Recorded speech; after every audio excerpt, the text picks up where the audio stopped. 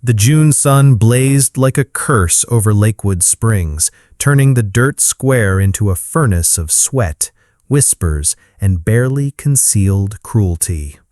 Dust swirled in the air, kicked up by restless boots and frayed hems. Flies buzzed lazily over faces flushed by heat and something darker.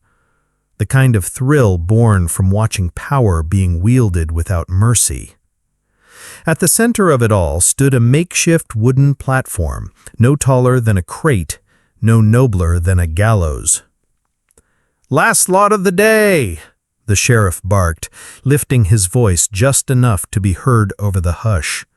19 years old, healthy, obedient, Sarah Collins. The crowd shifted. Some leaned in with uncomfortable curiosity, others with morbid eagerness. A few, a pitiful few, looked away. Isaiah Montgomery stood at the back, 42, a tall black man with hard hands and a harder past. He wore a worn coat despite the heat, his knuckles white around a cane he didn't need. A widower, a landowner, the only black man in 5 counties who held title deeds, not chains. His eyes fixed on the girl. She stood on the platform like something carved out of silence, head down, hair tangled and covering half her face. A fading bruise bloomed on her left cheekbone. Her dress was clean but old. She didn't move, not even when her father stepped forward, puffed with cheap bravado. $20, someone called lazily from the side. Frank Holloway, the tavern owner, whose laughter always followed broken glass and frightened girls. The sheriff looked around. 25, came another voice. Walter Schmidt, a man whose crops failed every year and whose fists always found a neck to blame it on. Sarah trembled. Isaiah closed his eyes. That $25 bid was more than he could afford to lose. His land was dying, bone dry from drought, suffocating under taxes and mocked by whispers of rezoning. The last money he had saved for seeds, for spring. And yet, 50, Isaiah said, his voice deep and steady. It was not a shout, it was not a challenge, but the square went silent as if he'd drawn a gun. Dozens of white faces turned. The sheriff looked like he'd swallowed gunpowder. "Now, Mr. Montgomery, I don't think the law says any free man can bid, unless you'd like to explain to a federal judge why you refused the highest offer." Frank Holloway's smile turned bitter. Walter Schmidt's eyes narrowed. Sarah's father stepped forward, sneering. "I'm not giving my daughter to—" 70, Isaiah interrupted. "Gold coins." A gasp, then a growl from the sheriff, then, $70 once? Twice? Sarah raised her head. Just for a moment, their eyes met. There was no hope in her gaze, only exhaustion.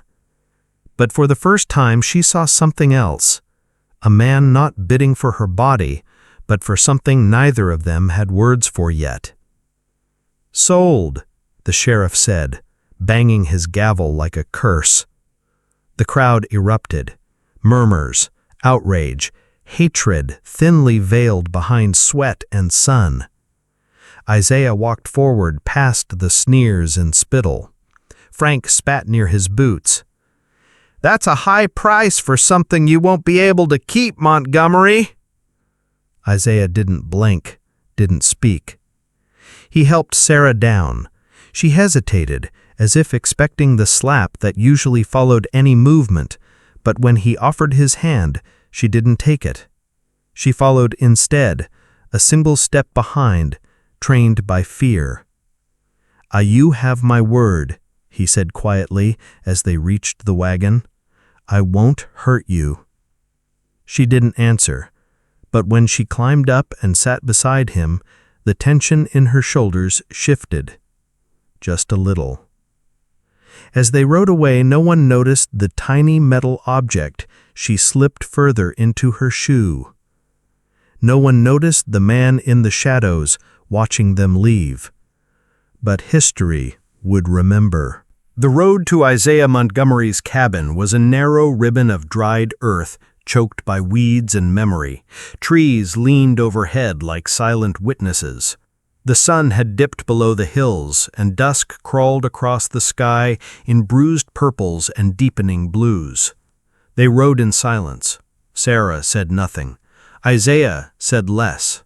It took an hour to reach his land. 6 miles of distance, but lifetimes of difference from the square they had left behind. His cabin sat at the edge of a struggling oak grove, its structure simple but upright, unbent by time or neglect. A barn leaned against the field, and a stone well marked the center of a garden dying slowly under drought's cruel hand. Isaiah dismounted, slow and deliberate. "This is it," he said, nodding toward the house. "It's not much, but it's mine. No one will bother you here." Sarah didn't move. She remained seated on the wagon, eyes scanning the terrain, not in wonder, but in calculation. Distance to the tree line, openings in the fence, doors, windows, weaknesses. Like an animal too long in a cage, she did not believe in shelter, only in escape. When she finally descended, she kept space between them. She said nothing, but her steps were careful, measured, like someone expecting traps. "There's a room in the back," Isaiah said, holding the door open. "It used to be my son's. It has a lock from the inside." The words hit harder than she expected. "Your son?" "Jacob. He died with his mother, pneumonia, 2 winters ago." His voice held no tremor, only the cold clarity of a man who had already buried everything that mattered. The interior of the cabin surprised her. It wasn't what she had expected. Not chaos, not grime, not the mess of a lonely man. The space was modest but immaculate. Books lined neatly on shelves made by hand. A cedar table gleamed in the soft oil lamplight. A coat hung by the door, clean, boots arranged in a pair. This was not a place of a man who had given up. This was a soldier's retreat, a scholar's quiet war. Sarah tensed again. Something was off. "Wait here," Isaiah said suddenly, his eyes narrowing. He strode into the back room and through the kitchen, disappearing into the shadows. Seconds passed, then a minute. Sarah's muscles coiled. When he returned, he held a covered basket. "Ruth was here," he said simply, setting it on the table. "She leaves food sometimes." The name struck her like a slap. "Ruth Wilkins?" Isaiah paused. "You know her?" "She delivered my mother years ago." She didn't elaborate. He didn't push. The night passed quietly. He served her stew and cornbread. They ate in silence, each trapped in their own calculations.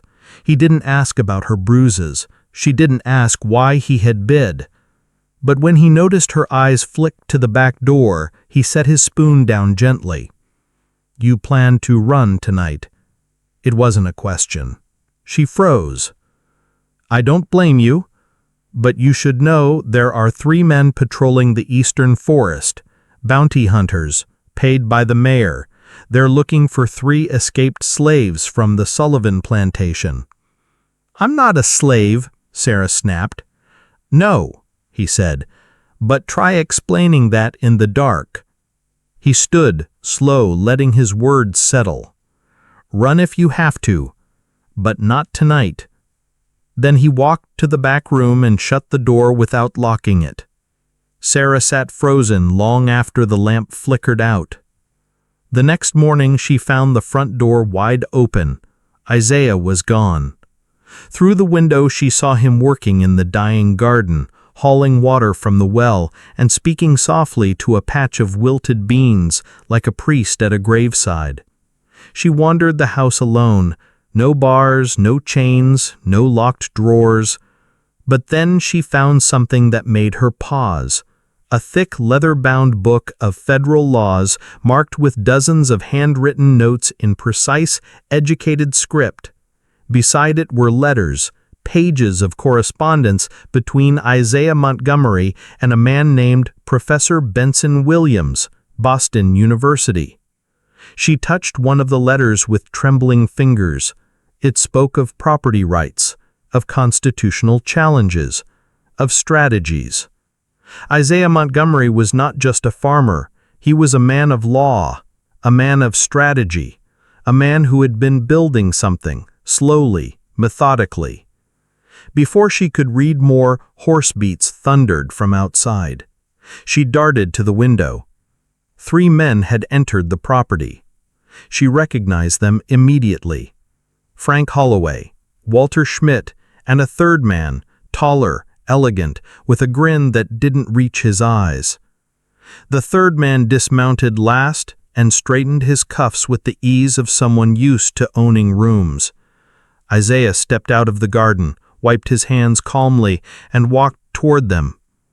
"Montgomery," Holloway said, voice falsely warm, "allow me to introduce Judge Thomas Davis, newly appointed." Sarah's blood chilled. "Judge." The man's eyes met Isaiah's with the thin veneer of respect. "Mr. Montgomery, a pleasure. We're conducting property inspections to ensure county records are accurate." "My taxes are paid," Isaiah replied, voice flat. "They always are," Davis smiled, "but this is about suitability." Walter Schmidt leaned forward smirking. "Some land just ain't productive no more." "This property's been registered in my name since 1869, with original federal documentation," Isaiah said evenly. "Times change, Mr. Montgomery. So do priorities. So do laws." Sarah clenched her fists. They weren't here for inspection. They were here for the land. When they finally left, Sarah confronted Isaiah inside. "They want to take it." He didn't stop cleaning his hands. "They always have." "Why? It's dry, it's nearly dead." Isaiah paused. His voice was low. "Because there's something here more valuable than a few acres of dirt." Before she could ask what, horsebeats sounded again. Only this time, it was Ruth Wilkins. She stepped down from her wagon like a tween entering her court, gray hair pulled back tight, eyes sharp as bayonets. She looked Sarah over without comment, then handed Isaiah a sealed envelope. "This came in on the telegraph line. Jenkins sent it through me, said it was safer." He opened it. His eyes darkened. "Sarah, I need to know something. What exactly did you hear your father discuss with Mayor Marshall?" She blinked. "How did you—" "You're not the first young woman we've tried to help, but you may be the first who has the key to stop what's coming." Sarah looked down. Her foot shifted inside her shoe. The small, ornate key pressed into her heel suddenly felt heavier. Sarah's fingers hovered just above the worn table as Isaiah and Ruth stared at her, waiting. She could feel the weight of the key pressing into her foot, thin, cold, and mercilessly sharp against her skin. It had been hidden there for weeks, taken the night her father had passed out drunk with his boots still on, his ledger still unlocked, and his pistol across his lap.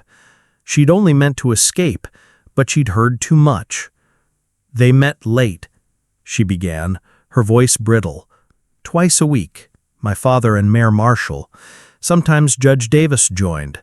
Other times it was strangers, railroad men, bankers." Isaiah leaned in slightly. "And what were they planning?" Her mouth felt dry as cotton. "There's a book," she whispered, "a red leather ledger. My father keeps it locked in his desk. Inside are names, land parcels, purchase prices, except most of them were never real sales. It's all fake. They were creating a paper trail, forging transfers, claiming that certain plots had been sold when they hadn't. For what? Ruth asked sharply. For the railroad, Isaiah said, finally looking up. The Continental Line. It's going to pass through Lakewood Springs. And my father, he was helping them grab everything before the public knew. Cheap, quiet, sometimes violently, especially from folks like you. Isaiah and Ruth exchanged a long glance. That's why they want your land, Sarah continued, her voice growing steadier. You're in the path. You're the only one they couldn't trick or intimidate. But if they call your property abandoned or unproductive, they can seize it, legally. Unless we prove it's a conspiracy, Isaiah murmured, more to himself than anyone else. Ruth's eyes narrowed. That ledger, can you get it?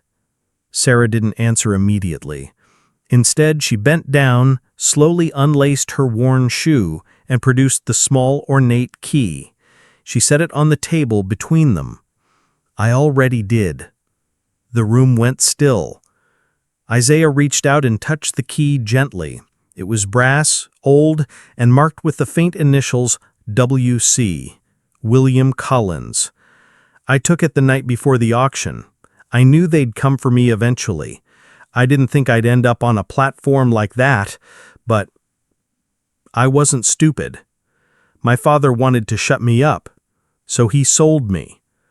For a moment, the air was too heavy for words.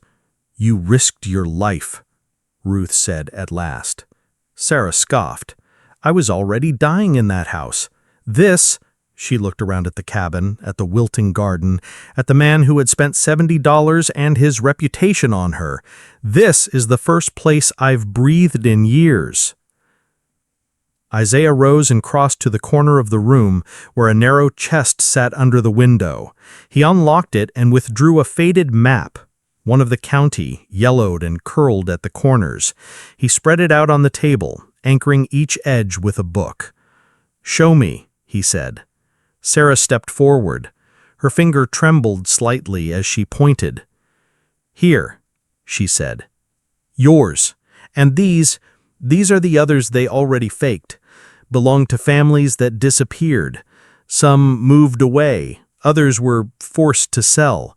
But I heard my father say they never signed anything. The judge just forged them. Isaiah's jaw tightened. They're building a land empire for the rail line, and they're removing every voice that could say otherwise. And the Red Book proves it, Ruth said.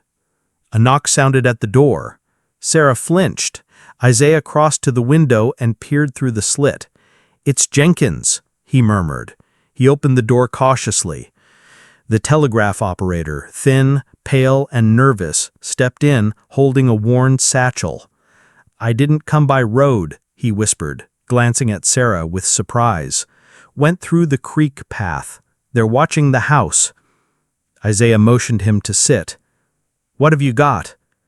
Jenkins pulled out 3 telegrams, one of them freshly inked and marked with a Boston seal. Benson Williams, Jenkins explained, tapping the envelope. He's in. He says if you can produce irrefutable evidence tied to land fraud and federal interference in rail planning, he'll bring it to the Attorney General himself. Isaiah exhaled slowly. We'll need that Red Book.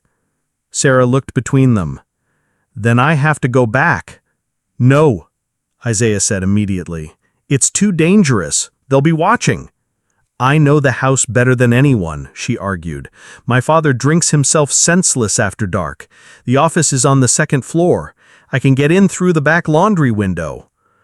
She's right, Jenkins said, reluctantly. If anyone else tries, it'll raise alarms. Isaiah paced the floor. It has to be tonight, Ruth added, before they act on those false deeds. They've already started drawing new district lines.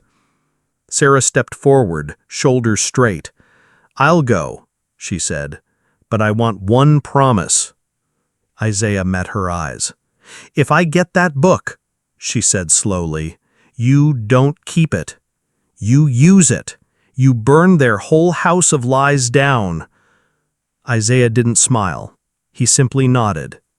And for the first time, Sarah felt something foreign in her chest. Not fear, not defiance. Something like purpose.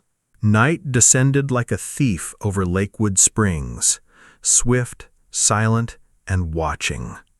Clouds covered the moon in layers, turning shadows into blind alleys and buildings into lurking silhouettes. Sarah stood in the woods behind her childhood home, breath shallow, heart battering her ribs. The back of the Collins house hadn't changed. Still the sagging porch, the creaking laundry window left unlocked out of laziness. Her fingers remembered the climb as if no time had passed. Her body had grown taller, but her memory remained small, silent, and scarred. She hoisted herself onto the porch, avoiding the broken slats, and slipped through the window like a ghost into familiar darkness. Inside, the house reeked of sweat, whiskey, and stale rage. Footsteps overhead, heavy. Her father, still awake, pacing. He did that when he was nervous, which meant something was already wrong. She crept down the hallway, feet soundless on old floorboards she had memorized since childhood. At the base of the stairs, she waited. 5 minutes passed, then 10. Eventually, the heavy footsteps retreated to the bedroom. A door slammed. Silence followed, punctuated only by the slow squeal of bed springs and the jangle of a belt hitting the floor. She moved. Up the stairs. Left turn. Second door. The office. The handle was stiff, but she eased it open and slipped inside. The room was cramped, filled with filing cabinets, faded portraits of Confederate ancestors, and a gun rack above a locked desk. She knelt, slipped the key from her boot, slid it into the brass lock. It turned with a soft click. Inside, just as she remembered, was the red ledger. Thick, bound in blood-colored leather, every page numbered and handwritten in her father's spidery script. Names, dates, land parcels. Payments never made, deeds never signed. Some of the names were still alive. She recognized Ruth's property, Isaiah's land, even old Miss Morales, who had vanished without a trace after selling her boarding house. Her stomach twisted. She closed the book, wrapped it in her shawl, and prepared to leave. But then she saw another envelope, hidden beneath a pile of unfiled papers. Her name. "Sarah, do not open," scrawled in her father's hand. She hesitated. Then she took it.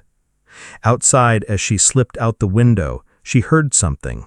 Footsteps. Not her father's. Lighter, faster.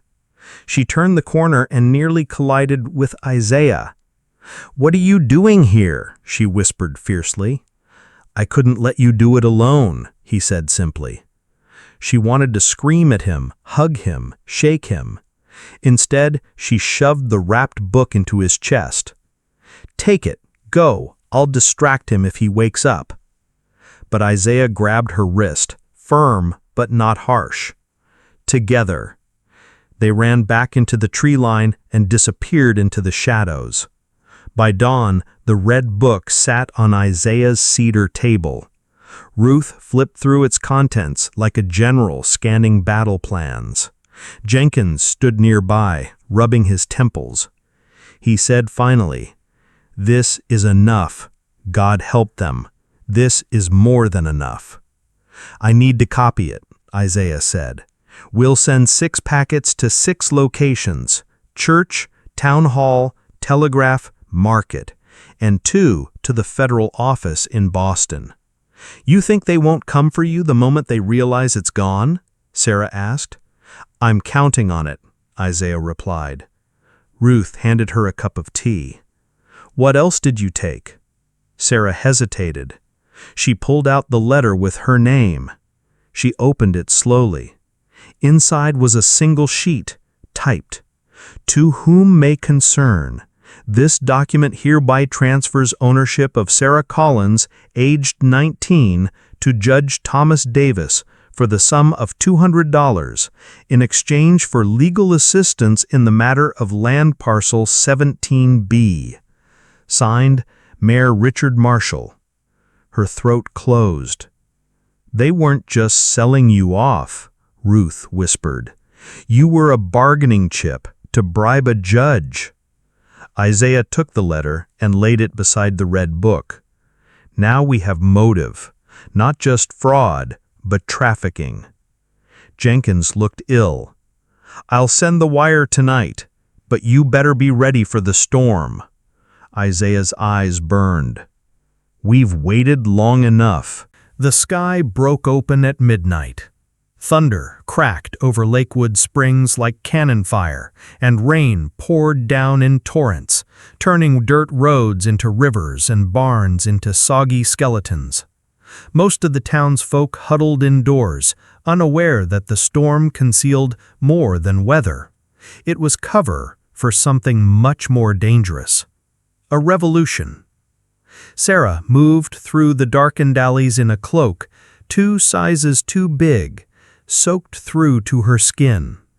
Her eyes darted to every flicker of lanterns behind shutters. Her breath fogged in the damp air as she passed the town bakery, the church, and finally the mayor's office, a squat stone building wrapped in ivy and arrogance. She slipped through the unlocked side window with the ease of memory. Inside, everything was as it had been during her childhood visits. Polished wood floors, dusty trophies, and portraits of men who thought themselves kings. She crept up the stairs to the mayor's private office. The same brass handle, the same hiss of poorly oiled hinges. The key from her father's desk, used first for the ledger, fit perfectly into the mayor's cabinet. Click. Inside were folders, dozens. Land contracts, property surveys, and most damning, a map showing the original railway route, and a redrawn version that snaked through newly acquired lands, all registered under false names. She stuffed everything into a satchel. Footsteps echoed in the stairwell. She froze, but they weren't coming up. They were headed out the front door. She slipped out the back, down the alley, heart hammering like a war drum. Meanwhile, across town, Isaiah Montgomery stood in the telegraph office, soaked to the bone, eyes locked on the wire as Jenkins tapped out the final message. Confirmation of land fraud. Red book and contracts in hand. Requesting federal intervention immediately. The operator looked up, pale and breathless. It's done. Isaiah nodded. Get out of town, tonight. Jenkins hesitated. You think they'll come for me? I know they will. Isaiah handed him an envelope. Boston contact.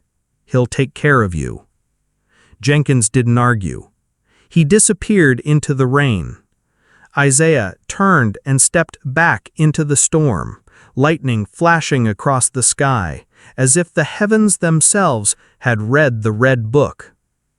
By morning, chaos bloomed like wildfire in Lakewood Springs.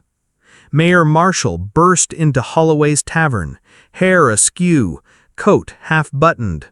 "They're gone," he hissed, waving an empty folder.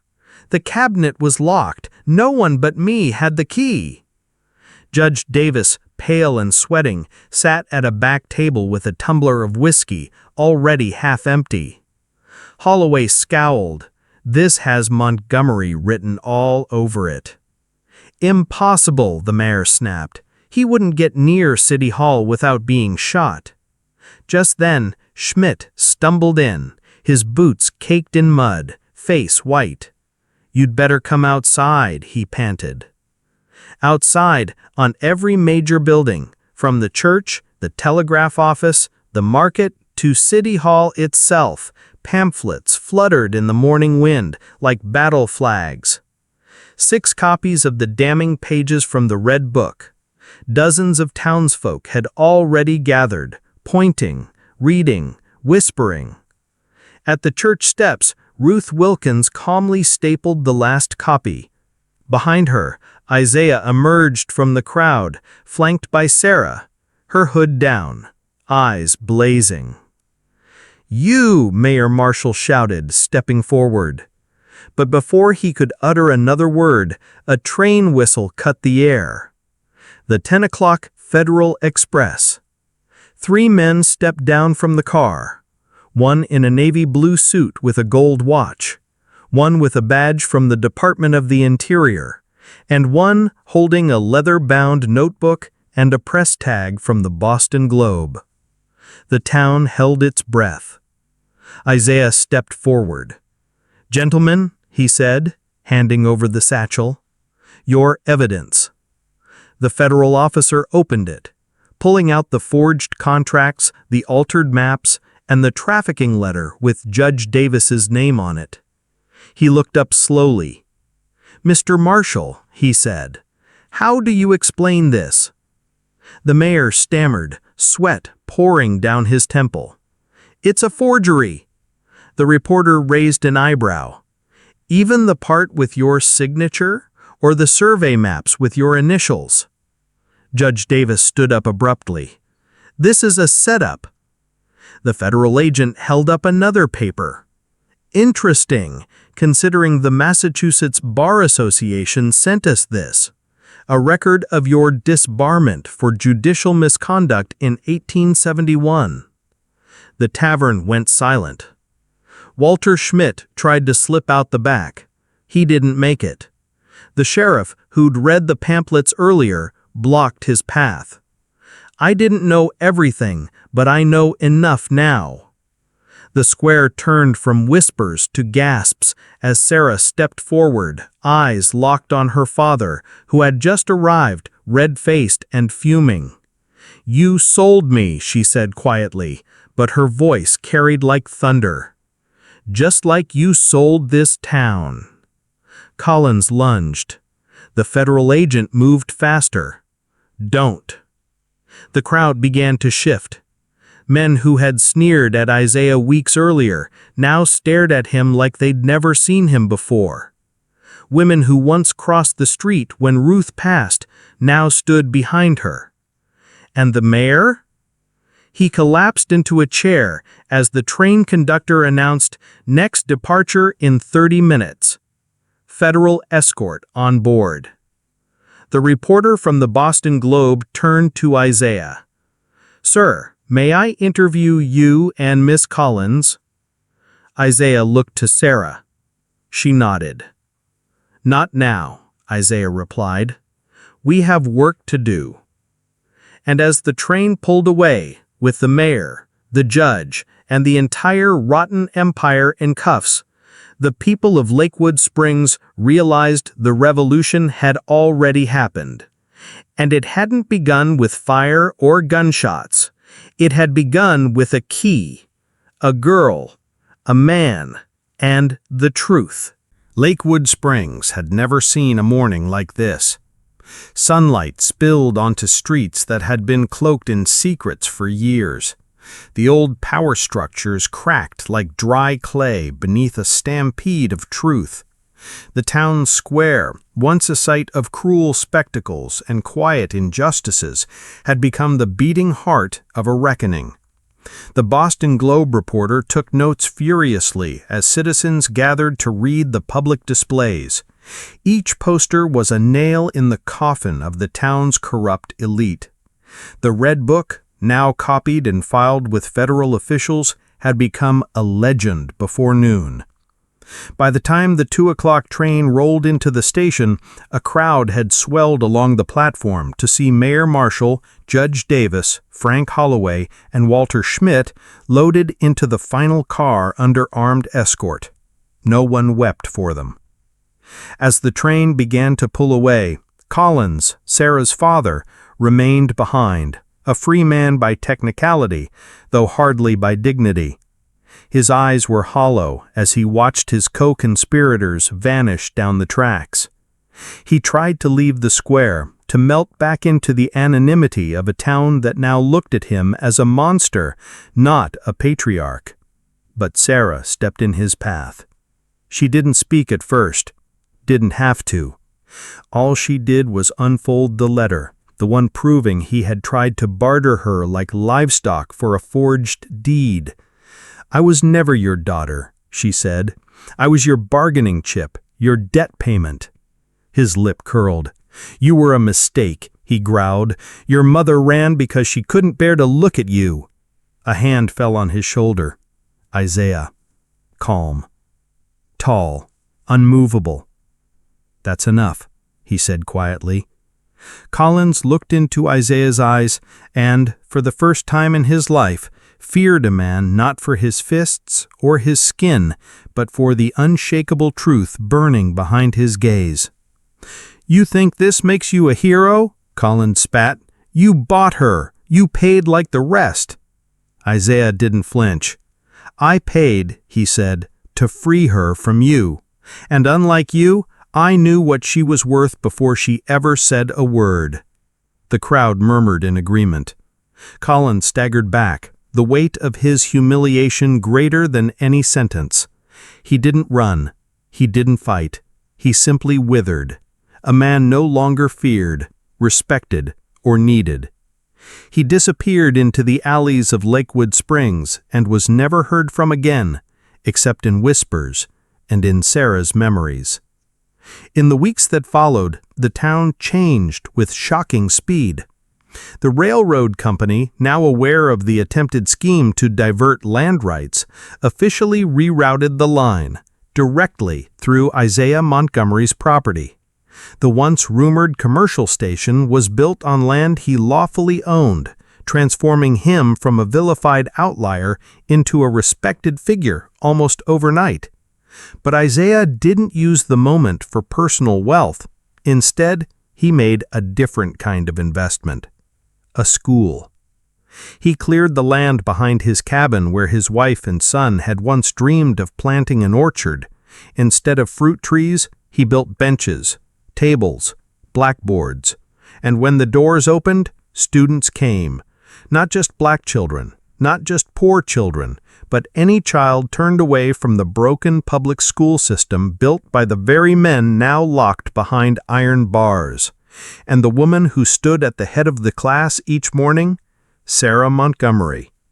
She had married Isaiah in a quiet ceremony under the large oak tree beside the well. Reverend Thornton officiated. Ruth Wilkins stood as witness.